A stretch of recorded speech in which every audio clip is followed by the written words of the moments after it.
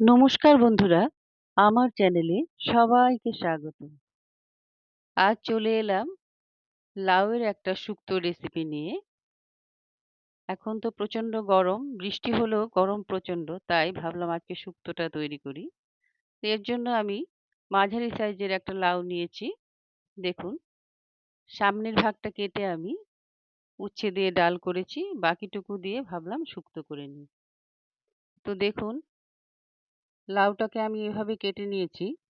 আর লাউতে বেশ খানিকটা বড় বড় বীজ হয়েছে, তাই এই বীজের জায়গাগুলো ফেলে দিতে হবে। বীজের জায়গাগুলো দিলে ভালো লাগবে না খেতে। তাই এই জায়গাটা বের করে আমি এটাকে ঝিরি করে কেটে নেব। ততটা মিহি করিনি।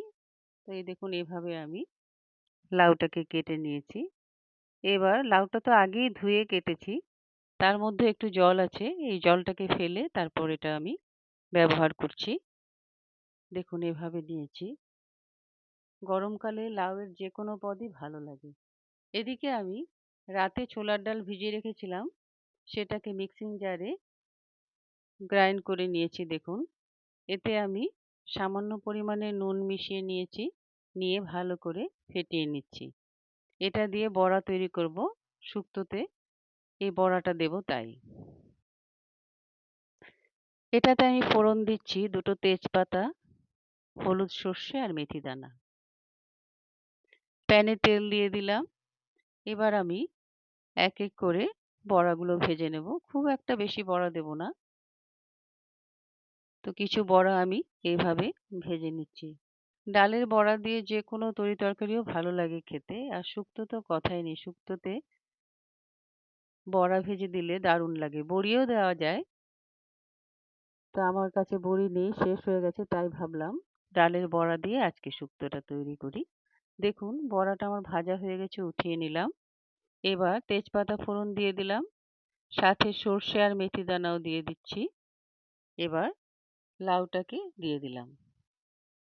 এখন লাউটাকে একটু নেড়েচেড়ে ঢেকে এটাকে রান্না করব।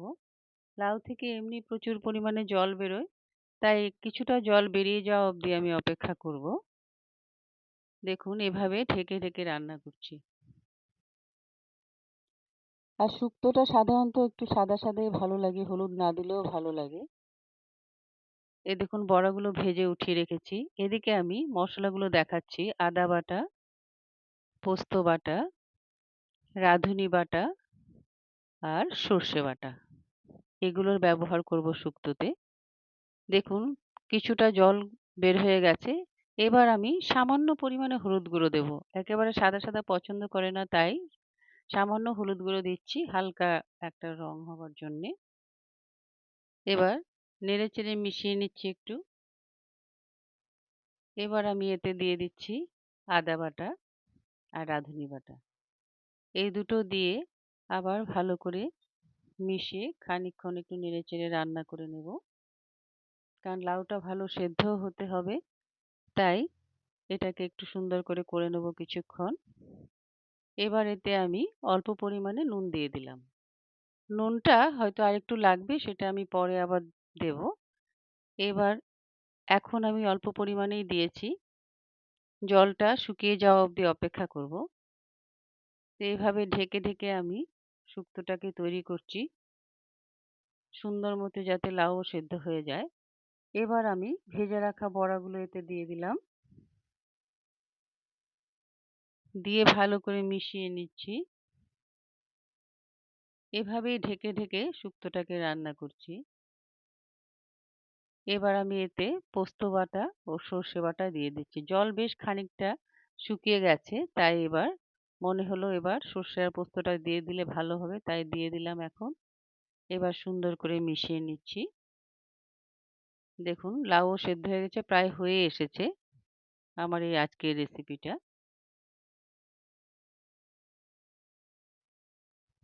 তো এভাবে নেড়েচেড়ে নিচ্ছি। এবার মনে হচ্ছে একটু নুন লাগবে, তাই সামান্য পরিমাণে নুন দিলাম আর সামান্য পরিমাণে চিনিও দিয়ে দিলাম। একটু মিষ্টি না দিলে শুক্তোটা খেতে মোটেও ভালো লাগে না, তাই দিয়ে একটু সময় এটাকে নেড়েচেড়ে নিচ্ছি। আমার এই শুক্তো রেসিপিটা কেমন লাগলো অবশ্যই জানাবেন। একেকজন একেক রকম ভাবে খায়। আমি এভাবে করেছি আজকে। দেখুন এটা আমার তৈরি হয়ে গেছে। এবার আমি স্বাদ দ্বিগুণ বৃদ্ধি করার জন্য এতে সামান্য পরিমাণ বাটার দিয়ে দিলাম। তৈরি হয়ে গেল আমার আজকের লাউয়ের শুক্তোর রেসিপি। সবাই সুস্থ থাকুন, ভালো থাকুন। এবার আমার পরিবেশনের পালা দেখুন উঠিয়ে নিচ্ছি। আবার ফিরে আসবো নতুন একটা ভিডিও নিয়ে। এভাবেই আমার সঙ্গে থাকুন। ধন্যবাদ।